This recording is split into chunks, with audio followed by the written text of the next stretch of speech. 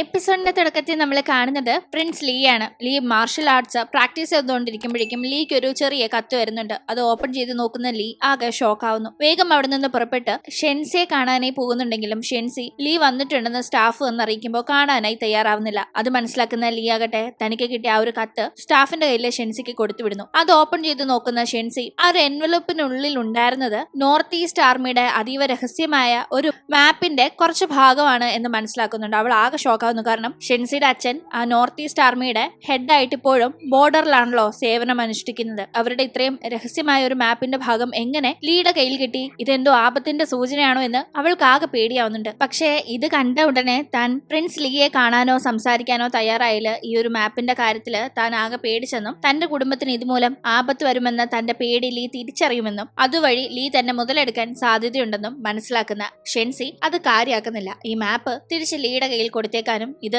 തന്നെ ബാധിക്കുന്ന ഒരു കാര്യമല്ല, ഇതൊരു ഡ്യൂപ്ലിക്കേറ്റ് മാപ്പ് ആണെന്ന രീതിയിൽ അവിടെ പ്രിറ്റൻഡ് ചെയ്യാനും ഷെൻസി തയ്യാറാവുന്നു. അങ്ങനെ ഷെൻസി ആ കാര്യങ്ങൾ ചെയ്യുമ്പോൾ തന്നെ ഷെൻസി കാണാൻ വന്നില്ലല്ലോ എന്ന ഭയങ്കര കലിപ്പ് ലീക്ക് ഉണ്ടാവുന്നുണ്ട്. ഷെൻസി എന്തായാലും അച്ഛന്റെ രഹസ്യ മാപ്പ് ലീക്കായ ഒരു കാര്യം അച്ഛനെ അറിയിക്കണം എന്ന ഒരു കാര്യം കൊണ്ട് വരാൻ പോകുന്ന ആപത്തിന്റെ സൂചന അച്ഛന് നൽകണം എന്ന ഒരു ഉദ്ദേശത്തിൽ ഒരു കത്ത് തയ്യാറാക്കുന്നുണ്ട്. ഈ കത്ത് അച്ഛന്റെ അടുത്ത് എത്രയും പെട്ടെന്ന് എത്തിക്കാൻ വേണ്ടി ഷെൻസി തെരഞ്ഞെടുക്കുന്നത് അന്ന് അവളെ ഒരാൾ കാണാനായി എത്തിയിട്ടുണ്ടായിരുന്നല്ലോ, ആ ഒരു ഇമ്മോർട്ടൽ വെയിൻ തിരിച്ചു ചോദിച്ചുകൊണ്ട്. അയാൾ ഷെൻസിയോട് എന്തെങ്കിലും സഹായം വേണമെങ്കിൽ അറിയിച്ചാൽ മതി, എന്റെ കയ്യിൽ ഫാസ്റ്റ് ആയിട്ട് ഇൻഫർമേഷൻ എത്തിക്കാനായിട്ടുള്ള സംവിധാനമുണ്ട് എന്ന് പറഞ്ഞിരുന്നല്ലോ. അതുകൊണ്ട് തന്നെ ഈ കത്ത് അയാൾ അന്ന് തന്നിട്ട് പോയ അഡ്രസ്സിൽ എങ്ങനെയെങ്കിലും അയാളെ ഏൽപ്പിക്കണം. അയാൾ ഇത് അച്ഛനെ ഏൽപ്പിക്കുമെന്ന് ഷെൻസി തന്റെ സ്റ്റാഫിനോട് പറയുമ്പോൾ, പക്ഷെ അയാൾ ഇത് ഓപ്പൺ ചെയ്ത് വായിച്ചാല് പ്രശ്നമാവില്ല, ഇത് അതീവ രഹസ്യമായിട്ടുള്ള എന്തെങ്കിലും കാര്യമാവില്ല ഷെൻസി അച്ഛനെ അറിയിക്കാനായി നോക്കുന്നതെന്ന സ്റ്റാഫിന്റെ ചോദ്യത്തിന് ആർക്കും ഇത് വായിക്കാൻ സാധിക്കില്ല. ഞാനിത് ഒരു രഹസ്യ കോഡ് വഴിയാണ് അച്ഛനെ അറിയിക്കാൻ പോകുന്നത്, അതുകൊണ്ട് കുഴപ്പമില്ലാന്ന് ഷെൻസി പറയുന്നുണ്ട്. അങ്ങനെ ഷെൻസിയുടെ കയ്യിൽ നിന്ന് ആ കത്ത് ഇപ്പതേ യോങ്ങിന്റെ അടുത്ത് എത്താണ്. യോങ് ആണ് അയാളെന്ന് ഷെൻസിക്ക് അറിയില്ല,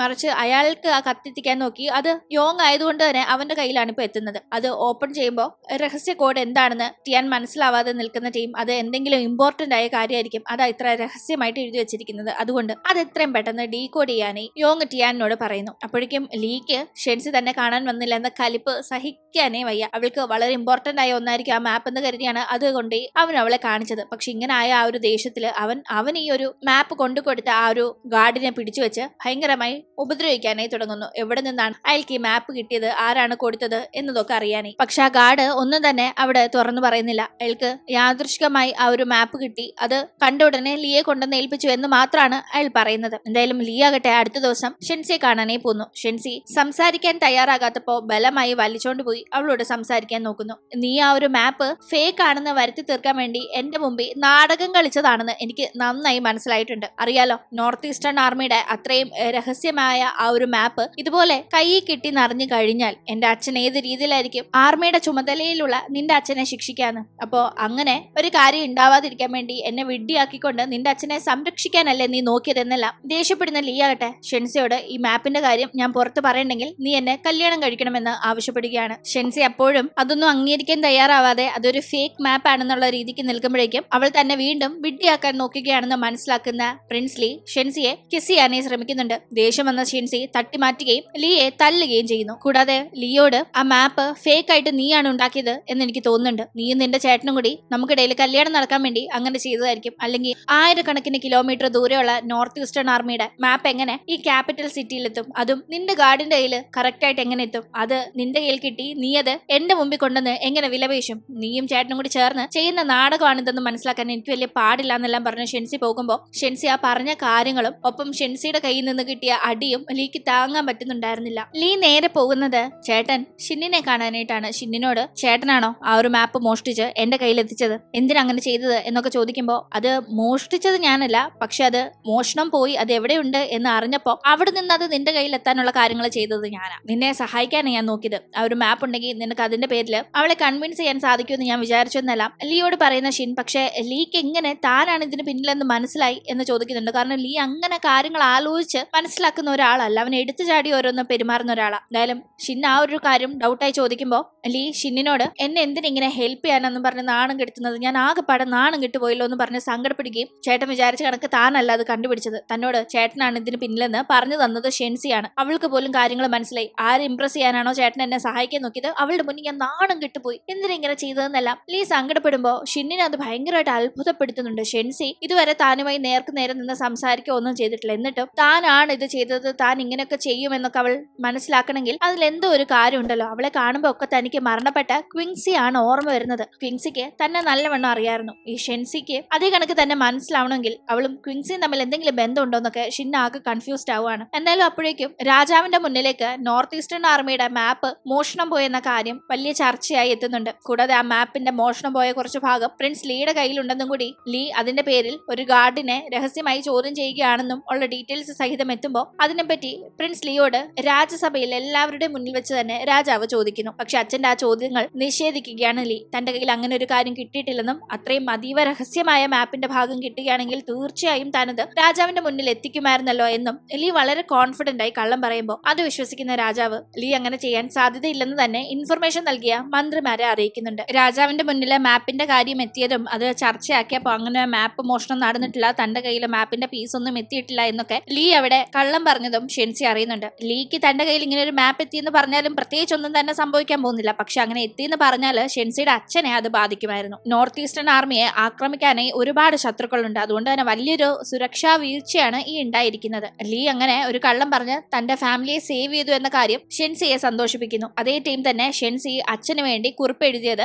ആ ഒരു അജ്ഞാത വ്യക്തിയെ ഏൽപ്പിച്ചിരുന്നില്ല. അയാളുടെ കയ്യിൽ ഇപ്പോൾ ഒരു മറുപടി കിട്ടിയെന്ന് പറഞ്ഞ് സ്റ്റാഫ് ഒരു എൻവലപ്പ് ഷെൻസിക്ക് കൊണ്ട് കൊടുക്കുന്നുണ്ട്. അത് വായിക്കുന്ന ഷെൻസിക്ക് ഇനിയും ഇത്തരം സഹായങ്ങൾ വേണമെങ്കിൽ ചെയ്തു തരാൻ തയ്യാറാണ്, കോണ്ടാക്ട് ചെയ്യണമെന്ന് അയാൾ എഴുതിയിരിക്കുന്നു. ഒപ്പം തന്നെ അതിലൊരു സൂചന ഉണ്ടായിരുന്നു. അത് ആദ്യം വായിച്ചപ്പോൾ ഷെൻസിക്കൊന്നും മനസ്സിലായില്ലെങ്കിലും പിന്നീട് പലതവണ വായിക്കുമ്പോൾ എങ്ങനെയാണ് നോർത്ത് ഈസ്റ്റേൺ ആർമിയുടെ മാപ്പ് മോഷണം പോയിട്ടുണ്ടാവുക എന്ന ഒരു സൂചനയാണ് അത് എന്ന് ഷെൻസിക്ക് മനസ്സിലാവുന്നുണ്ട്. അതായത് അവർക്ക് കുറെ ശത്രുക്കൾ ഉണ്ടല്ലോ. അപ്പം ഷെൻസിയുടെ അച്ഛൻ നയിക്കുന്ന ആ ഒരു ആർമിയുടെ ഭാഗത്ത് നിന്ന് ഇത്രയും വലിയൊരു സുരക്ഷാ വീഴ്ച ഉണ്ടായി എന്നൊരു കാര്യം അറിഞ്ഞാൽ തീർച്ചയായും ഷെൻസിയുടെ അച്ഛനെ ആ ഒരു സ്ഥാനത്ത് നിന്ന് മാറ്റി അവിടെ കയറി പറ്റാനായി ആഗ്രഹിക്കുന്ന ചില ആളുകളും ഉണ്ടല്ലോ. അപ്പോ ആ ഒരു കാര്യം സൂചിപ്പിക്കുന്ന ഒരു കുറിപ്പായിരുന്നു അത്. ഇത് വായിക്കുമ്പോൾ തന്നെ ഷെൻസിക്ക് അപ്പോൾ ആരായിരിക്കും ആ മാപ്പ് മോഷ്ടിച്ചത് എന്നതിനെ പറ്റി ഏകദേശം ഒരു ധാരണ ഉണ്ടാവുന്നു. ഇവിടെ ഇങ്ങനെ കാര്യങ്ങൾ നടക്കുമ്പോഴേക്കും ഷെൻസിക്ക് ലീയെ പറ്റി നല്ലൊരു ഇംപ്രഷൻ ഉണ്ടായിട്ടുണ്ടാവും. കാരണം രാജാവിന്റെ മുന്നിൽ മാപ്പ് കിട്ടിയ കാര്യം ലീ മറച്ചു വെച്ചല്ലോ എന്നൊക്കെ ടിയാൻ യോങ്ങിനോട് പറയുമ്പോൾ അത് ശരിയാ, അങ്ങനെ ഒരു സാധ്യതയുണ്ട്. പക്ഷെ ഷെൻസിയുടെ അച്ഛനെ സംബന്ധിച്ച് ഈ ഒരു കാര്യം അറിഞ്ഞാൽ ലീയെ പറ്റി നല്ല ഇംപ്രഷൻ ഉണ്ടായാലും ഷെൻസി ആ ഒരു കാര്യം വെച്ച്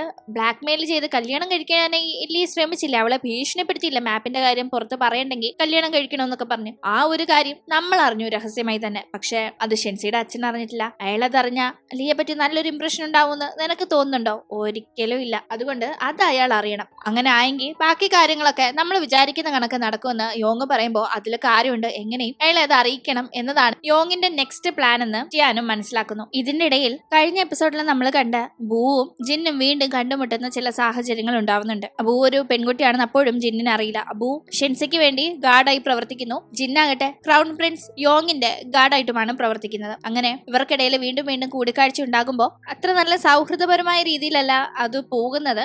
ജിന്നിനെ സംബന്ധിച്ച് ജിന്നിന് ബൂവിനെ തീരെ ഇഷ്ടമില്ലാത്ത രീതിക്കാണ് കാര്യങ്ങൾ പോകുന്നത്. പക്ഷെ ബൂവിന് ജിന്നിനെ ഓരോ തവണ കാണുമ്പോഴും ഇയാൾ ആള് കൊള്ളാമല്ലോ എന്ന ആ ഒരു തോന്നലുണ്ടാവുന്നു. അപ്പോഴേക്കും അടുത്ത ദിവസം ബുദ്ധക്ഷേത്രത്തിലേക്ക് പ്രിൻസ് ഷിൻ പോകുമ്പോഴേക്കും അവിടെ നല്ല പരിചയമുള്ള ഒരു സാമ്പ്രാണിയുടെ വാസന വരുന്നുണ്ട്. വേഗം തന്നെ അവിടുത്തെ പുരോഹിതന്റെ അടുത്ത് കുറെ നാളായി ഈ വാസന ഞാൻ അനുഭവിച്ചിട്ട്, ഇത് പണ്ട് ക്വിൻസി ഉണ്ടാക്കാറുണ്ടായിരുന്ന അതേ വാസന തന്നെ, അവൾ ഈ ബുദ്ധക്ഷേത്രത്തിലേക്ക് പ്രത്യേകമായി ഉണ്ടാക്കി തരാറുണ്ടായിരുന്ന അതേ സാമ്പ്രാണിയുടെ വാസനയല്ല ഇത് എന്ന് ചോദിക്കുമ്പോൾ അതെ, ഇതിപ്പോ കമാൻഡേറ്ററി പ്രിൻസസ് ഷെൻസി ഉണ്ടാക്കിക്കൊണ്ട് വന്നതാണ്. എനിക്കും അപ്പോ അങ്ങയുടെ വൈഫായിരുന്ന പ്രിൻസസ് ക്വിൻഷി തന്നെയാണ് ഓർമ്മ വന്നത്. അതേ ഒരു വാസന തന്നെ. ഇതിനു മുന്നേ ആർക്കും ക്വിൻഷിയുടെ മരണശേഷം ഈ ഒരു വാസന റീക്രിയേറ്റ് ചെയ്യാൻ സാധിച്ചിട്ടുണ്ടായിരുന്നില്ല. ഇപ്പൊ വീണ്ടും അതേ വാസന തന്നെയാണ് ഇതെന്ന് പുരോഹിതനും പറയുമ്പോൾ ആകെ ഡൗട്ട് തോന്നുന്ന ഷിന്നാകട്ടെ വേഗം പുറത്തേക്ക് ഇറങ്ങുമ്പോഴേക്കും അവിടെ ഒരു മരത്തിന്റെ ചുവട്ടിൽ ഷെൻസി നിൽക്കുന്നത് കണ്ട് അടുത്ത് പോയി സംസാരിക്കുകയാണ്. ഷെൻസിയോട് ലിന്നിന്റെ പ്രപ്പോസൽ അക്സെപ്റ്റ് ചെയ്യുന്നതിനെ പറ്റി ഷിൻ സംസാരിക്കാനായി തുടങ്ങുമ്പോഴേക്കും അങ്ങോട്ടേക്ക് യോങ് എത്തുന്നുണ്ട്. യോങ് പതിവില്ലാതെ ഇങ്ങോട്ടേക്ക് വരുന്നത് കാണുമ്പോഴേ ഷിന്നിന് ഒരു പന്തി കേട് തോന്നുന്നു. എന്തായാലും യോങ്ങും ഷെൻസിയുടെ പുറകെ ആണെന്ന് തന്നെ ഷിൻ അവിടെ ഉറപ്പിക്കുന്നുണ്ട്. ഷെൻസി ആയിട്ട് അവിടെ നിന്ന് ആ ഒരു മരത്തിന്റെ ഇലകൾ പിറക്കിക്കൊണ്ടിരിക്കുകയാണ്. അതെന്തിന് ഈ ഇലകൾ പിറക്കുന്നതെന്ന് യോങ് തിരക്കുമ്പോൾ ഇത് വെച്ച് തലേണ ഉണ്ടാക്കിയാൽ നന്നായി ഉറങ്ങാൻ സാധിക്കുമെന്ന് കേട്ടു, അതൊന്ന് പരീക്ഷിക്കാനാണെന്ന് ഷെൻസി പറയുമ്പോൾ എനിക്ക് ഉറക്കം കുറവ്, അതുകൊണ്ട് എനിക്ക് ഒരു തലേണ ഉണ്ടാക്കി തരണേന്ന് യോങ് പറയുന്നുണ്ടായിരുന്നു. ഇതൊക്കെ കേൾക്കുന്ന ഷിൻ ശരി നിങ്ങൾ സംസാരിക്കുക, ഞാൻ പോവാണെന്ന് പറഞ്ഞ് അവിടെ നിന്ന് പോകുന്നു. പക്ഷെ ഷെൻസിയെ പറ്റി കാര്യമായി ഒന്ന് സ്റ്റഡി നടത്താനായിട്ടുണ്ട്. എന്തൊക്കെയോ ദുരൂഹതയുണ്ടെന്ന് തന്നെ ഷെന്നിന്റെ മനസ്സിലുണ്ടായിരുന്നു. അപ്പോഴേക്കും ഷെൻസി യോങ് ആവശ്യപ്പെട്ട കണക്ക് തന്നെ ആ തലേണ തയ്യാറാക്കി അത് കൊടുത്തു വിടുമ്പോൾ യോങ്ങിന് ഒരുപാട് സന്തോഷമാവുന്നുണ്ട്. തന്നെ എത്രത്തോളം കെയർ ചെയ്യുന്നുണ്ട് ഷെൻസി. അതുകൊണ്ടല്ലേ ചോദിച്ച ചോദിച്ചപ്പോൾ ഉടൻ ഇതൊക്കെ ചെയ്തു തന്നതെന്ന് അവൻ ഓർക്കുന്നു. അപ്പോഴേക്കും ഷിന്നാകട്ടെ തന്റെ ചില ഗാർഡ്സ് വഴി ഷെൻസിയെ പറ്റി കൂടുതലായി ചില കാര്യങ്ങൾ അന്വേഷിക്കുന്നുണ്ടെന്ന കാര്യവും യോങ് അറിയുന്നുണ്ട്. മുന്നേ ഷെൻസിയോട് ഷിൻ തനിയെ സംസാരിക്കാൻ നോക്കിയതും ഈ കാര്യങ്ങളും ഒക്കെ കൂടി കൂട്ടി വായിക്കുന്ന യോങ്ങിന് ഷിൻ വഴി ഷെൻസിക്ക് ഒരു പ്രശ്നം ഉണ്ടാവരുത്, ഷെൻസിയുടെ പുറകെ നടക്കുന്നത് ലീയും ഷെൻസിയും തമ്മിൽ ഒന്നിക്കാൻ വേണ്ടിയാണെങ്കിലോ അല്ലെങ്കിൽ ഇനി ഷിന്നിന് എന്തെങ്കിലും താല്പര്യം ഉണ്ടെങ്കിലോ എന്തോ ആയിക്കോട്ടെ, എന്തായാലും അതൊന്ന് തടയാനായി